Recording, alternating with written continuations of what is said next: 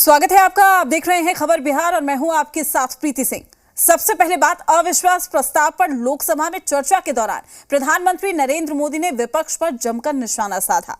इस दौरान उन्होंने इंडिया गठबंधन पर तंज कसते हुए कहा, कुछ ही दिन पहले बेंगलुरु में अपने मिलजुलकर करीब 1.5-2 दशक पुरानी यूपीए का जिक्र यानी कि उसका क्रियाकर्म कर दिया। वहीं ये खंडर पर नया प्लास्टर लगाने जैसा है। दशकों पुरानी खटारा गाड़ी को इलेक्ट्रिक व्हीकल दिखाने की कोशिश हुई है। इतना ही नहीं, उन्होंने कहा कि ये इंडिया नहीं गठबंधन गठबंधन है जहां हर कोई दुल्हा बनना चाहता है।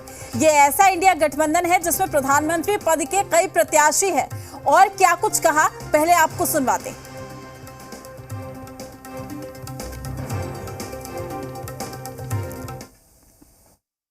मैं आज इस मौके पर हमारे विपक्ष के साथियों के प्रति अपनी संवेदना भी व्यक्त करना चाहता हूं। कुछ ही दिन पहले बेंगलुरु में आपने मिलजुल कर करीब 1.5-2 दशक पुराने यूपीए का क्रियाकर्म किया है, उसका अंतिम संस्कार किया है। आप खुद ही एक और यूपीए का क्रियाकर्म कर रहे थे और दूसरी ओर जश्न भी मना रहे थे। और जश्न भी किस बात का? खंडहर पर नया प्लास्टर लगाने का। आप जश्न मना रहे थे फेल मशीन पर नया पेंट लगाने का।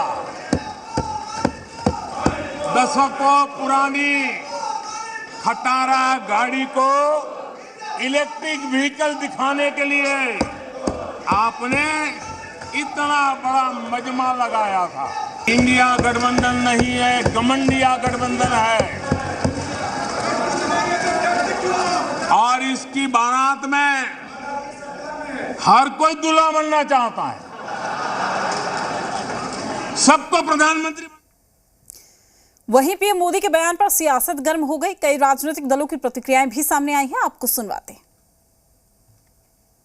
और स्वाभाविक तौर पर प्रधानमंत्री जी ने ठीक ही कहा। जब लंबे वक्त से यूपीए गठबंधन के रूप में चल रहा था, लेकिन इन्होंने अपने नाम का परिवर्तन किया और परिवर्तन के पीछे के मूल भावना को प्रधानमंत्री जी ने पूरे देश के सामने रखा। क्योंकि यूपीए सरकार के कार्यकाल में इतने सारे घोटाले हुए हैं जिसकी विस्तार से चर्चा माननीय प्रधानमंत्री जी ने कर दी है। तो स्वाभाविक है कि भारत के आम लोगों में कहीं न कहीं यूपीए के प्रति अविश्वास है, यूपीए को नकारा है। इसलिए चाह कर भी लंबे वक्त से भारतीय राष्ट्रीय कांग्रेस केंद्र में सरकार नहीं बना पा रही है। क्योंकि और जो भाषा इस्तेमाल कर रहे हैं माननीय प्रधानमंत्री, तो माननीय प्रधानमंत्री माननीय हैं, देश के प्रधानमंत्री हैं और देश के शालीन भाषा में भी मतलब कड़ा से कड़ा शब्द का इस्तेमाल किया जा सकता है। मगर वो जिस तरह की भाषा का इस्तेमाल कर रहे हैं, अब मुझको कहना उचित तो नहीं लगता है। तो बीजेपी को सत्ता से बाहर जाने का रास्ता तो खुल गया और इसी घबराहट में ये लोग कभी कोई पोस्टर लगाते हैं, होर्डिंग लगाते हैं, अनाप शनाप बयान देते हैं। और यह सारी हरकतें इनके फ्रस्ट्रेशन को दिखाता है। मेरी सहानुभूति है वो अपनी श्रद्धांजलि और अपनी संवेदना को अपने लिए रखें, क्योंकि 2006 महीने के बाद जब सत्ता से बाहर हो जाएंगे तो ये संवेदनाएं उनके खुद के काम आएगा और उनके गठबंधन के लिए काम आएगा। यूपीए का ही नाम इंडिया हुआ है।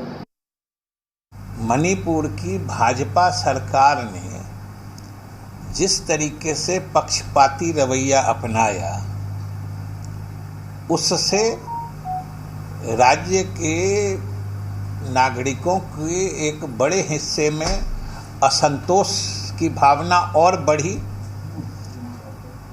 और हिंसात्मक घटनाएं और बढ़ गई राज्य सरकार के एक तरफा रुख के कारण, और जो राज्य सरकार से सभी लोगों के हित में शांति स्थापित करने की उम्मीद की जाती है, राज्य सरकार बिल्कुल विफल रही।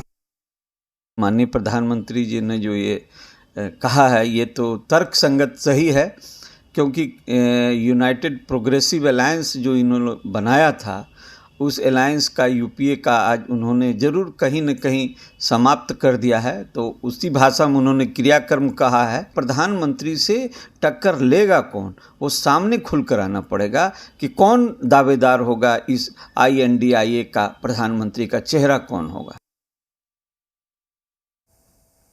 बड़ी खबर, बहुचर्चित सृजन घोटाले से जुड़ी ये खबर है, जहां सृजन घोटाला